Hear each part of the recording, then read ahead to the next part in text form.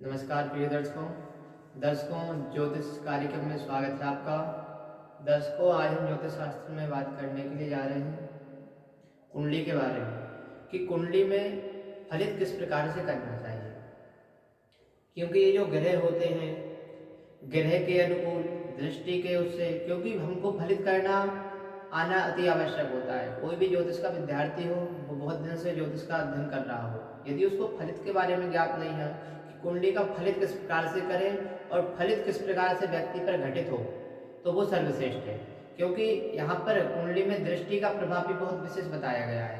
जो हमारे ग्रह होते हैं, ग्रह पर यदि हमारी लगन में कहीं सूर्य ग्रह कहीं पर विराजमान है, लगन में हमारा सूर्य बैठा है और उस पर यदि चंद्रमा की सप्तम दृष्टि से यदि कहीं चंद्रमा उसको दृष्टि दे रहा है, तो उस स्थिति में जातक कैसा रहेगा।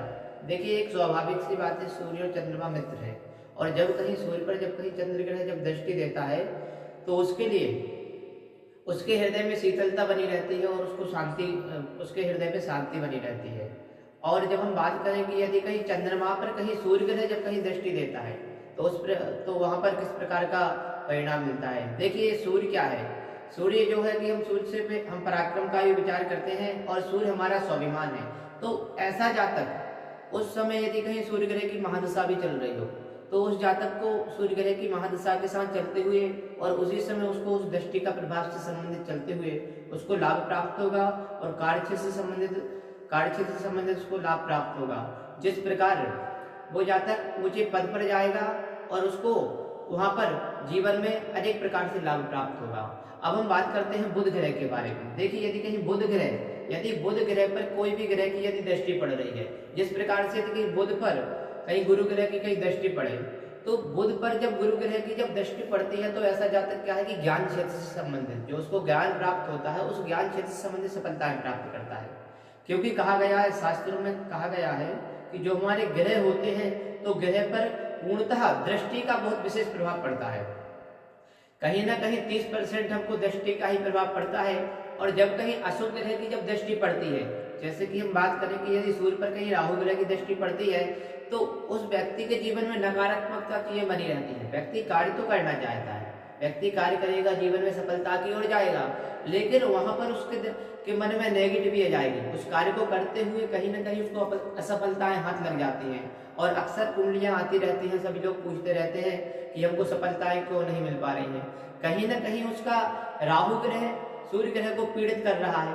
तो यहाँ पर जब तक सूर्य ग्रह बलवान नहीं होगा तो उसको कार्यक्षेत्र में सफलताएं नहीं मिल पाती हैं। जिस प्रकार से यदि हम केतु की बात करें कि केतु पर यदि कहीं चंद्रमा की कहीं दृष्टि हो, यदि केतु पर कहीं चंद्रमा को देखे या कहीं चंद्रमा कहीं केतु को देखे, तो वहां पर भी थोड़ी सी समस्याएं बनकर खड़ी हो जाती है। तो हमारा क्या है कि चंद्रमा से हम माता का विचार करते हैं, तो वहां पर हमारे मातृपक्ष से संबंधित हमारे रिलेशन अच्छे नहीं रहते, तो हमारी माता से हमारा अच्छा रिलेशन नहीं रहेगा और हमारी माता से हमारी अच्छी नहीं बनेगी और घर परिवार में भी अशांति का वातावरण होता है। और कहा गया है कि चंद्रमा मन का कारक है। जब हमारे मन में जब भ्रांतियां ही उत्पन्न रहेगी कि हम कोई कार्य कर सकते हैं, हम कोई भी कार्य नहीं कर सकते और हमारे जीवन में कुछ ना कुछ समस्याएं बनी रहेगी। यदि हम शनि की बात करेंगे, शनि यदि बुध पर दृष्टि देगा तो क्या प्रभाव रहेगा। देखिए, शनि यदि कहीं बुध को देख रहा है और जब दृष्टि देता है, उस समय जातक के जीवन में असमंजस की स्थिति बनी रहती है। वो क्या है कि उसकी जो निर्णय लेने की शक्ति है वो तीव्र नहीं रहेगी, अच्छी नहीं रहेगी। हाँ, कुछ हद तक तो अच्छा परिणाम देगा, लेकिन कहीं पर जहाँ पर उसको सफलता मिलेगी वहां पर पूर्णतः अच्छा परिणाम नहीं दे सकता। वहां पर उसका कहीं ना कहीं उसका बुध ग्रह अच्छा होना अति आवश्यक है। अब हम शुक्र ग्रह की बात करें, देखिए, जो कि ग्रह में जो कि वैवाहिक जीवन के बारे में विचार विमर्श किया जाता है, ये शुक्र ग्रह से किया जाता है। और जब किसी व्यक्ति का जब वैवाहिक जीवन पूर्णतः अच्छा चलता है, तो वहां पर कहीं ना कहीं शुक्र ग्रह का योगदान रहता है। और जब कभी हमारा कहीं शुक्र ग्रह जब हमारा वीकनेस आ जाती है और कमजोर हो जाता है, तो जीवन में उससे संबंधित हमको असफलताएं मिलती है। तो आपको यदि कहीं शुक्र ग्रह को बलवान करना है, तो आपको शुक्र ग्रह की आपको साधना करनी पड़ेगी, माँ भगवती की आपको साधना करनी पड़ेगी। और यहीं पर कहीं उसको शनि ग्रह यदि कहीं शुक्र ग्रह को देख रहा है, तो ये मित्र है, वैवाहिक जीवन में ये बहुत अच्छा रहेगा और वैवाहिक जीवन के बाद उनको सफलताएं प्राप्त होगी। और कहीं ना कहीं उसको कहीं सूर्य ग्रह देख रहा है, तो यहाँ पर वैवाहिक जीवन में भी मतभेद बना रहेगा। इस प्रकार से ये जो ग्रह की दृष्टि होती है, कहीं ना कहीं इनका बहुत बहुत योगदान है।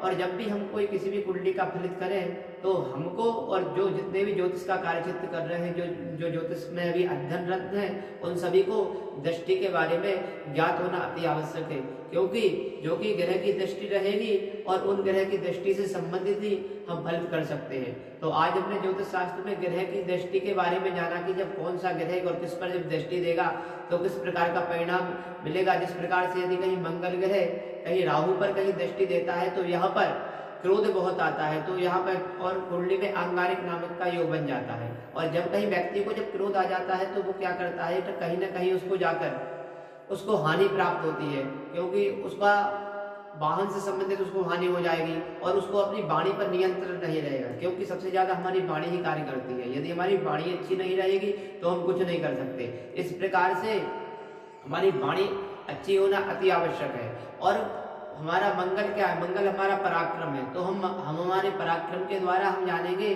कि हमारा पराक्रम कैसा है, लोगों से हमारे संपर्क कैसे हैं। इस प्रकार से हम विचार विमर्श करते हैं। और जब कहीं उस पर जब शुभ ग्रह की जब दृष्टि रहेगी तो उसकी मित्रता उसकी बहुत अच्छी रहेगी और ऐसा व्यक्ति इंजीनियर भी बन सकता है और उस कार्य क्षेत्र में जा सकता है। लेकिन अन्यत्र ग्रह भी देखे जा सकते हैं, उसमें अन्यत्र ग्रह देखना चाहिए और ग्रह पर किस प्रकार का प्रभाव है, किस प्रकार की दृष्टि दे रहे हैं, इन सभी चीजों का पूर्णतः ही विचार विमर्श करना चाहिए।